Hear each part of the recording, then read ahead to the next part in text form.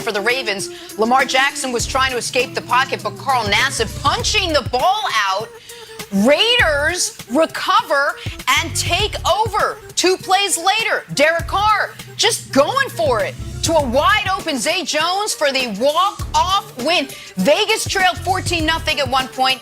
Vegas tied the game 3 times in the fourth quarter, and then somehow, some way, the Raiders rallying for the overtime win. After the game, though, Ravens quarterback Lamar Jackson on what went wrong. Any loss you have gonna be tough, working so hard all season to prepare for a team and come down to overtime and we lose. But my team played great though, so just gotta keep building, keep stacking, keep getting better every day. We'll be fine, but that loss hurt. We got to move on quick. Everybody hate losing. The whole team hate losing. The coaching staff hate losing. Our cafeteria guys hate losing. Manny and Shorty, those guys hate losing as well. They're part of the team. It's going to be a quick turnaround, though. We got the Chiefs Sunday. We just played Monday night, so we got to get ready.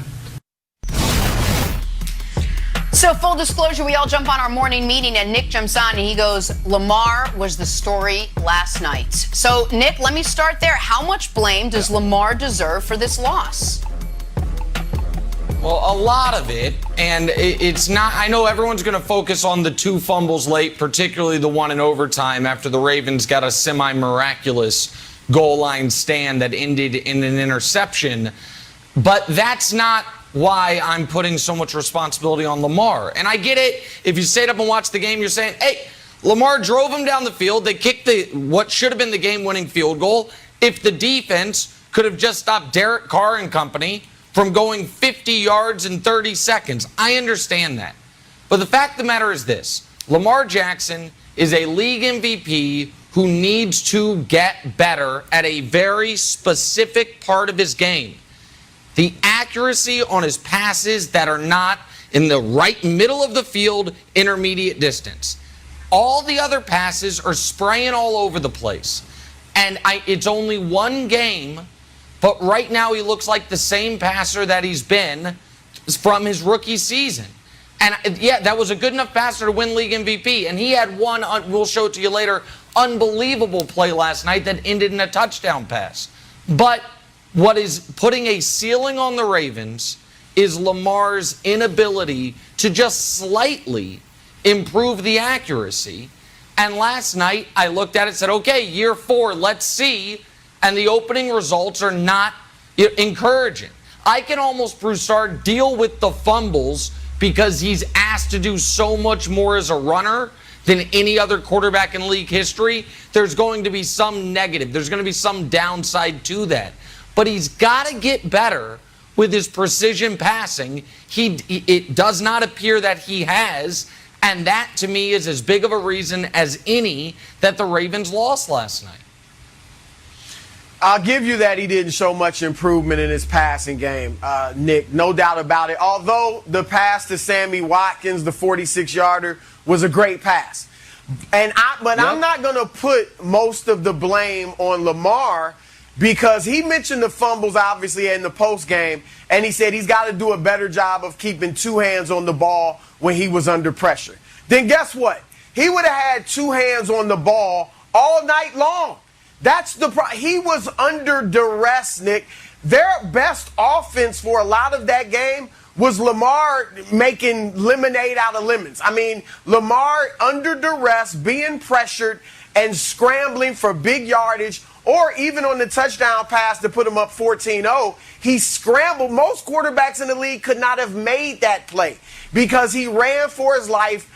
It got away from the pressure and then found Hollywood Brown in the back of the end zone for the touchdown. He was sacked 3 times, Nick. Play. He was pressured on 18 of his 33 dropbacks. And so the offensive line didn't give him much time. And you showed some of the highlights. Yes, he missed the throw on the sidelines where he wasn't pressured. He definitely had his moments where he threw the ball badly. But I'm putting more of it on the offensive line that didn't protect him. And as you mentioned, the defense. This is supposed to be one of the best defenses in the league. They couldn't get pressure on Derek Carr even when they blitzed. So Carr throws for over 300 yards after halftime. And then, as you mentioned, they're up 3 with 37 seconds left, and they give up a 20-yard pass and an 18-yard pass on back-to-back plays to put the Raiders in field goal position. So I'm going to put most of it on the defense they couldn't hold and the offensive line that had Lamar running for his life most of the game, more so than on Lamar. Okay, looks like Wilds gets the fumbles then to blame, because if Nick is blaming the accuracy, you're blaming the offensive line. There is the real reason. The actual reason in the story of this game is the fumbles. And there is a thin line between doing too much and making it happen, and the Ravens' offensive philosophy makes Lamar live on that line. And occasionally they're going to get burned. My biggest issue, Nick, is this. It's not the accuracy. It's not the offensive line. It's the fact that the Ravens brass and the NFL media in general treat Lamar like he's indestructible. And he's a guy who hasn't gotten the big contract. And when you see him get hit with the first fumble that he loses and he lands on his head, it's like, he lost the fumble. And then when he loses the second fumble, he's laying flat. He's more disappointed. But the first thing I thought was, is Lamar hurt? The fact that the Ravens are encouraging Lamar to put himself in jeopardy when he's landing on his head, to me, is baffling. Tua, against the Patriots, had a funky slide. He kind of slid awkwardly. And it was like, you can't do that. You got to learn to get down. Meanwhile, Lamar is throwing his body around, and just because he's occasionally successful, everyone says it's okay. If I was Lamar, I'd be like, you know what? I listened to first things first. I've decided I'm going to put a cap on how much I'm running and how many hits I'm going to take. I don't have my big contract. Well, then nothing is promised in the future. To me, it's insane. Wilds, but then what makes him special? But your point and my point actually line up directly. The reason he can't do that is because he's not accurate as a passer. The reason he has to be a magician and if you're saying Lamar's only going to run a half dozen times a game, well, then he's no longer a great quarterback. Like, let me show you. Broussard mentioned the past Sammy Watkins, but take that out. Aside from that, here are his 2 best plays of the game, I think. One was one we just showed. The touchdown to Hollywood Brown, it's what he does before the touchdown that you're like, oh, my God. Right. Is there any other quarterback in the league that can make this play? And that's why you love him. And on the drive that should have been the game-winning drive, if the defense could have held up in the final 35 seconds, this play right here, is there another quarterback that gets 30 yards from this spot? The answer is no, because they go down. Wilds, what you're encouraging is go down at that first, where you make the first guy miss slide, right? Because that's what most quarterbacks would do. The problem for Lamar is this right now is where he adds, because he takes a huge hit there. This is where he adds the most value. And it's because he has not improved enough as a passer.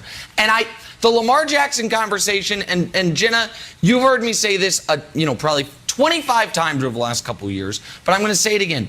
It's a frustrating one to me, Broussard, because it feels like everyone's on one of the extremes. Either they have been wrong on Lamar from the very beginning and don't want to admit it, or they patronize him and act like he shouldn't be improving in year 4. He should be. It's somewhere in the middle. He's obviously a quarterback. He's obviously an excellent quarterback. There's not 10 guys in the league better than him. There might not be 6 guys in the league better than him. But his single limitation is such a glaring one that the fact that it doesn't seem to be getting better, if you're a Ravens fan, has to massively concern you, because he does spray the ball all over the field, and that almost forces him into having to make these dynamic running plays, which make him susceptible to the shots Wilds is worried about. And with those shots is going to come fumbles. When you're his build, if you're running like a running back but not built like a running back, he's a big quarterback, but he's not built like a running back, you're going to fumble the ball sometimes.